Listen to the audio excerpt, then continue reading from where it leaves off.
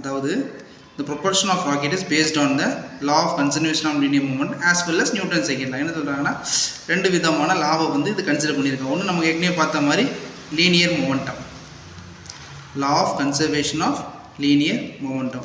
Second ஒன்று வந்து Newton's third law. Every reaction there is an equal and opposite reaction தெரியும். So இந்த ரெண்டு லாவை பேஸ் பண்ணி இதான் வந்து இப்போ ராக்கெட் வந்து பறக்கு ஃப்ளை ஆகுதுன்னு ஃபார்வர்ட் மோஷனில் மேலே போகுது அப்படின்னு சொல்லிட்டாங்க. சரி, இப்போ நம்ம வந்து எக்ஸாம் பாயிண்ட் ஆஃப் வியூவில் தான் ஏற்கனவே நம்ம சொல்லியிருக்கோம், எக்ஸாம் பாயிண்ட் ஆஃப் வியூவில் தான் படிக்கும். ஸோ வந்து இதில் என்ன இருக்கோ அதை நான் வந்து ட்ரான்ஸ்லேட் பண்ணி உங்களுக்கு புரிய வைக்க முயற்சி பண்ணுறேன், புரிஞ்சுக்கோங்க. சரி, ஏற்கனவே சொன்ன propulsion of a rocket is based on the linear momentum as well as Newton's third law. Rockets are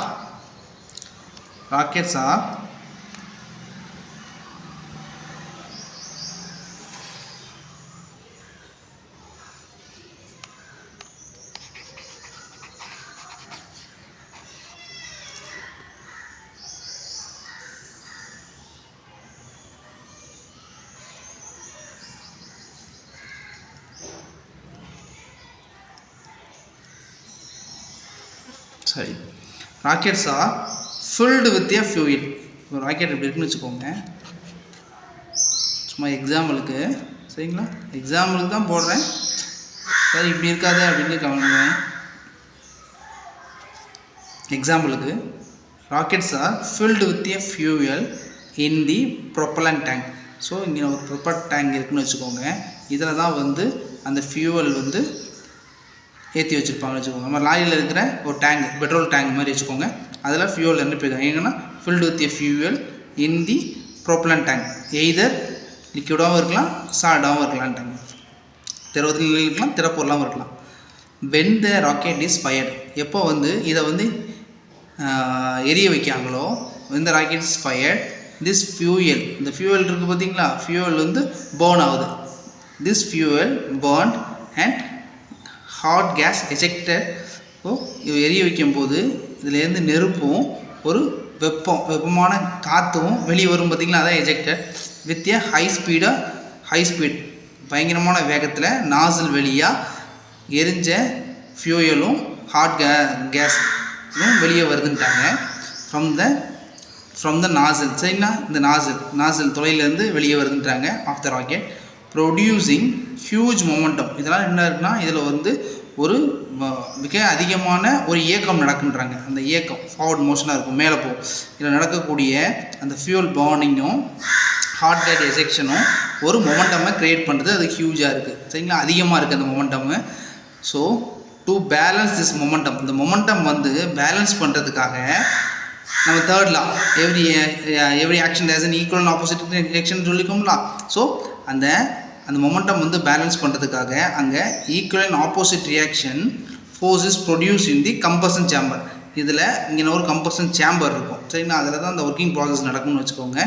அந்த கம்பஷன் சேம்பர்ஸ் தான் அந்த மொமெண்டம் என்ன பண்ணுதா, அந்த மொமெண்டம் வந்து ஸோ நம்ம நிலை தடுமாறாமல் இருக்க அந்த கம்பஷன் சேம்பரில் நடக்கக்கூடிய விஷயம் வந்து ஈக்குவலாகவும் இருக்குமோ அண்ட் ஆப்போசிட்டாகவும் இருக்குன்றாங்க. ஸோ இந்த equal and opposite reaction force is produced in the combustion chamber which makes the rocket project forward. So இந்த நடக்கக்கூடிய விஷயங்கள் தான் என்ன ஆகுது, ராக்கெட்டை வந்து ஃபார்வர்ட் மோஷனில் மேலே பறக்க வைக்கின்றாங்க.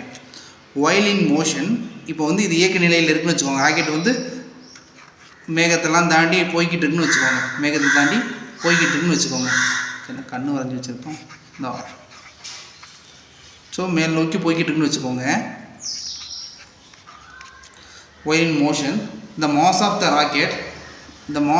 rocket gradually decrease. மாஸ்னா என்ன, நிறை, இதோட வெயிட் சொல்லுவோம்ல, வெயிட் சொல்லக்கூடாது, மாஸ்னால் நம்ம கிலோகிராம் தெரியும். ஸோ மாஸ்னால் புரிஞ்சுக்க முயற்சி பண்ணுங்கள், மாஸ்னால் கிலோகிராம். இதில் இருக்கிற அந்த ராக்கெட்ஸோட மாஸ் இருக்குது பார்த்தீங்களா, இப்போ பார்த்தீங்கன்னா மேலே போக பார்த்தீங்கன்னா ஒவ்வொரு பார்ட்ஸாக கலண்டு விழும் பார்த்துருக்கீங்களா, கேள்விப்பட்டிருப்பீங்க. ஸோ ராக்கெட் போக அதோட பார்ட்ஸ் எல்லாம் கலண்டு விழும்.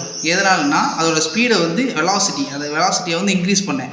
இப்போ வந்து வெயிட் அதிகமாக இருந்ததுன்னா இதில் இருக்க அந்த ஃபியூவல் இருக்குது பார்த்தீங்களா, அதை வந்து அதை தாங்கி கொண்டு போகிற ஃபியூவல் வந்து அதிகமாக கன்சியூம் ஆகும். ஸோ அதை வந்து வெயிட்டை குறைச்சிட்டே வரும்போது ஃபியூவல் கன்சம்ஷன் கம்மியாகும். ஸோ அதற்காக தான் while in motion the mass of the rocket gradually decrease. அதில் இருக்கிற பார்ட்ஸ் எல்லாம் கல்ல விழுது until the fuel is completely இதில் இருக்கிற ஃபியூவல் இருக்குது பார்த்தீங்களா, பெட்ரோலோ அந்த நம்ம லிக்விட் நைட்ரஜன் தான் பயன்படுத்துவாங்க.